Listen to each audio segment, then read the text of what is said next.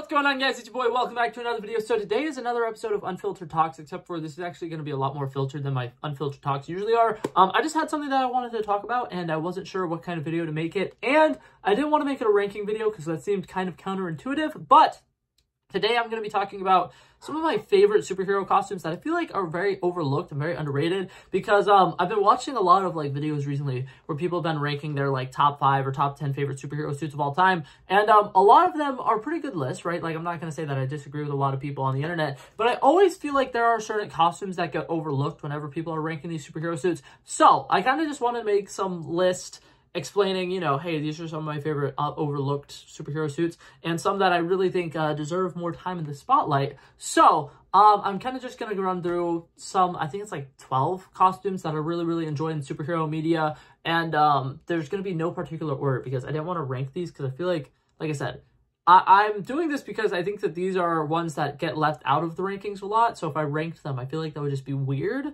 So in no particular order, let's just dive right into this. Alrighty, so first off, I want to start off by talking about the only villain that I have listed here. I have the Vulture from Spider-Man Homecoming. I think that Spider-Man Homecoming was a really good movie, and I think that Michael Keaton as the Vulture was brilliant casting, and I absolutely love the way that they did this modern twist on the character, because in the comics, the Vulture is almost always somebody who is a, like, humanoid bird creature. He's somebody who turns into an actual bird, and the fact that they were like, you know what, let's, you know, take him into this world that has like Iron Man armor and stuff like that, that's very tech savvy, and make him a tech savvy suit. And I think that the way that they modernized it looked incredible. I think that the night vision mask and everything really made him look even more terrifying, on top of the fact that he was literally just wearing like a biker jacket. I think that this look is incredible. I think the wings and everything looks fantastic. And overall, I think that it was a really great way to reimagine one of the most iconic Spider-Man villains into the MCU, which I thought was fantastic. And then while we're on the topic of wings, I also want to talk about a character who I didn't even expect to get a super suit, and when they did, I was like, oh my god, let's go. In Moonknight, the character Scarlet Scarab, this is just like the love interest, her name is Layla, and the entire show, she's kind of like this side character who's just like really smart and can definitely hold her own, and she doesn't necessarily seem like somebody who's going to become a superhero. And then by the end of the show or whatever, they have a sequence in the finale where they realize, okay, well, you can kind of become like the avatar of a goddess, and then, you know, they get this cool super suit, and oh my god, the wings on this look incredible. They look insanely sharp. I love the fact that the entire outfit's super gold, and I just think that this overall look was fantastic. And because, like I said, this was not a character we were expecting to get a cool super suit, I absolutely love this suit, and I think it was fantastic. And now, since we're on the topic of Moonknight, you gotta talk about the original Moonknight costume. It's just fantastic with all the mummy bandages and the wrappings and everything. It looks really good. The little crescent, little blades that come out of the chest piece, fantastic. And I love the cape because it looks very withered, but at the same time it's very silky and it flows in the wind very nicely. And I think that overall this costume is just fantastic. And I love whenever they're able to make capes on a superhero costume look more badass than like it'll get in the way, because there's a lot of times where it's like a cape could very easily be done incorrectly, but I think that the way that they handle it in this show is relatively well done. And the Mr. Knight costume also just looks fantastic. Something about a simplistic all-white tuxedo with the glowing eyes. It's just really cool suit. I think that the overall Moon Knight team doesn't get a lot of credit where credit's due. I think that they have the best costuming in like all of the MCU. Maybe Black Panther has it beat by a little bit, but overall, even like the gods and everything had really like particular outfits that they wore, which I thought was fantastic attention to detail. Okay, now I'm going to quickly switch over to the DCU real quick, the DCEU, sorry. And I think that overall the DCEU has always had Marvel beat on their superhero costumes, so I'm not going to dive into a lot of them because, like I said, I'm trying to talk about some of the underrated ones. So, like, there's a lot of Batman costumes that'll always come up. There's a lot of Superman costumes that'll always come up. I'm trying to stay with the more, like, underground ones. I think that, obviously, the Aquaman suit from the first Aquaman movie is incredible. I think that it's completely ripped from the comics, and Jason Momoa just looks badass in that suit, so you gotta give that one credit where credit's due. And one that I think is a very, like, this might be a hot take because I know a lot of people probably disagree with this. I love the Flash costume from the original Justice League movie. I think it looks fantastic. I think that everything about it being more metallic and it being more like armor is really interesting, because if you think about it, a character who runs at super speed is going to need something more than just like a little tracksuit. And I think that him having to have this metal, which Batman says is like, that's the same kind of material they use on rocket ships to make sure it doesn't burn up whenever it goes into the atmosphere or whatever. That's cool. That's badass. That's realistic. That's how a superhero suit for somebody with super speed would have to be. And I love everything about that look. I think that it's very underrated. And then last but not least, the last DC one I'm going to touch on. Oh, wait, no. There's two more DC ones that I'm going to touch on. Are both from the CW verse. And I know that a lot of people are going to be like, the CW verse? Are you insane? Say what you want. The Season 4 suit for the Green Arrow is incredible, and in my opinion, it is one of the best superhero suits for a like regular human character, like Hawkeyes, your Black Widows, characters like that, where it's like they don't necessarily have superpowers, but like this suit is so badass, and I absolutely loved it. And the funny thing about it is it comes from the worst season of Arrow. Arrow Season 4 is not great at all, but this suit looks fantastic. The sleeveless look, the mask, the hood, everything about it's fantastic. And then the last one that I want to give credit to is Tyler Hoechlin's Superman. I feel like it's incredibly underrated. I think he does a brilliant job. If they are going to have a Superman storyline where Superman is a dad, Tyler Hoechlin was just incredible casting for that. And I think that overall his Superman's underrated. And then if you look at this costume, this is just such a fantastic costume. It's one of those ones where it's like, a lot of superhero suits nowadays, they have a problem with being over-designed. This one's just perfect. They're like, let's just do it simple. We're going to have a nice blue suit. We're going to have a beautiful cape. And then we're going to have the S logo in the chest. And that's pretty much it. It pretty much is just perfect, simplistic. And I love everything about it. It's fantastic. Alright, and then these last couple of ones that I want to talk about are some of my favorite of the OG Avengers. I think that Thor has a lot of different suits that a lot of people really like. And a lot of people, when they're ranking the MCU suits, will typically be like, Thor's Infinity War suit is the best suit, whatever. I love his suit that he has in Thor Love and Thunder for literally just one sequence. The sequence where Gore invades New Asgard. He is wearing this specific suit that has like the really nice like dark chest plate that's very simplistic. And then he has a nice fur coat and he looks like a true Viking space king, which I love because that's what Thor's supposed to be. And this suit is beautiful. It is everything. And then, like I said, he has it for like the one scene and that's pretty much it. But it is such a great suit and I love it to death and nobody ever talks about it. It's such a cool suit. And then the next one that we got, the Guardians of the Galaxy suits from Guardians of the Galaxy Volume 3.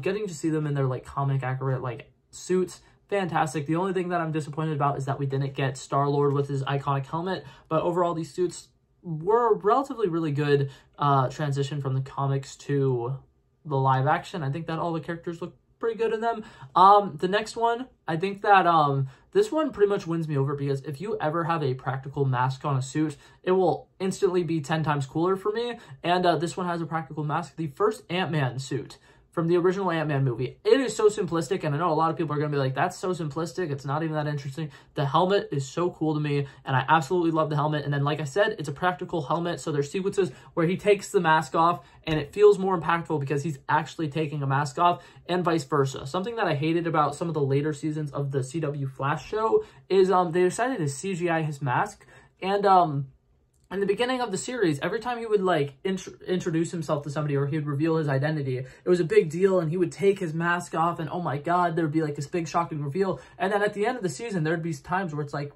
this is supposed to be a really big deal. He's taking his mask off, and he just, like, and then you just see Grant Gustin's face, and I was like, what the hell? And they're doing this now with the MCU as well, because all of the suits are starting to be CGI. In Ant-Man and the Wasp: Quantumania, all they do is just, and then they all have their suits on automatically, and, like, please stop that. Please bring back actual suits. Please bring back having to put a helmet on.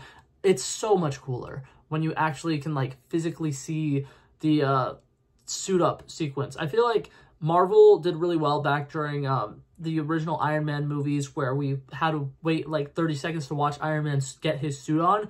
That stuff was all really cool and I loved it. But now it's like they're just using it to kind of like cheat around making cool costumes, and I hate that.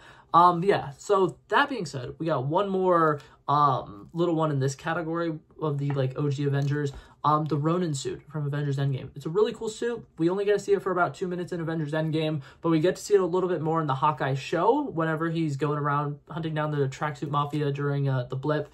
And it's a pretty cool suit. I love it. It's straight, once again, straight from the comics. He looks like a ninja. He feels like a ninja. The cloak is pretty cool. Very much love that suit.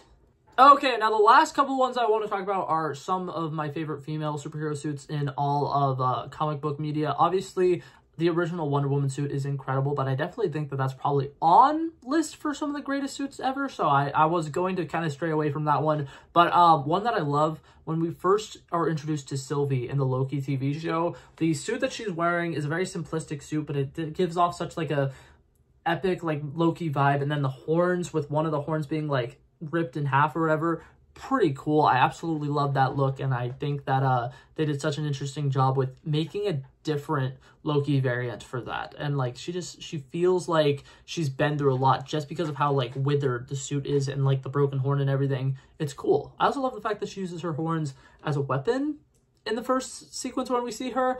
And then the other one I want to talk about, Miss Marvel in her show, absolutely fantastic. I feel like Miss Marvel is yet to get any bad suits. And I think it's great that the original suit that they gave her was literally ripped straight from the comics. It looks fantastic, and I just love that one to death. But now the very last suit that I want to talk about is actually one that I wasn't going to talk about at all on this list, but I was watching the first Guardians of the Galaxy movie yesterday, and I realized this person looks pretty badass, and I think it's pretty cool because it's a very simplistic outfit. But we got Gamora, and another reason why I wanted to talk about Gamora is because in concept arts, she does have a look that I think is a little bit cooler. I don't remember if this was from the original Guardians. When I was looking for the picture, it said it was original Guardians, but I'm pretty sure for Avengers Endgame, when they were going to show the older version of Gamora, and she was going to be the daughter of Thanos, Gamora, or whatever, they had her in an outfit with this cloak, and she looks like a total badass, and I love that one. But also, just her original suit from the first Guardians of the Galaxy movie, she looks fantastic, and she looks like such a badass, you know, space warrior queen person, and it's great. I absolutely love it. But yeah, those are all those little unsung suits that I wanted to talk about. There's a lot of suits out there that get a lot of recognition, like Civil War's, what's it called? The Black Panther suit from Civil War. I think that suit's fantastic as well. I'm not ripping on it because it's not on this list.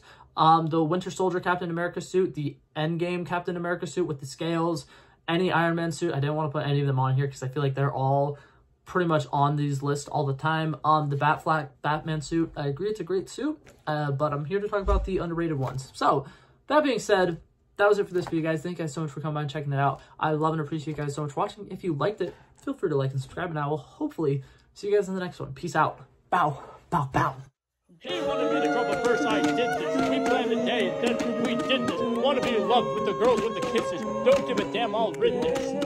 I like this when I run the distance. I run the 5K, you go ballistics. I wanna live within the business. Buying more than what's on the clearances. You're getting big cause I know you're a physicist. I wanna deny this shit, I'm unlimited.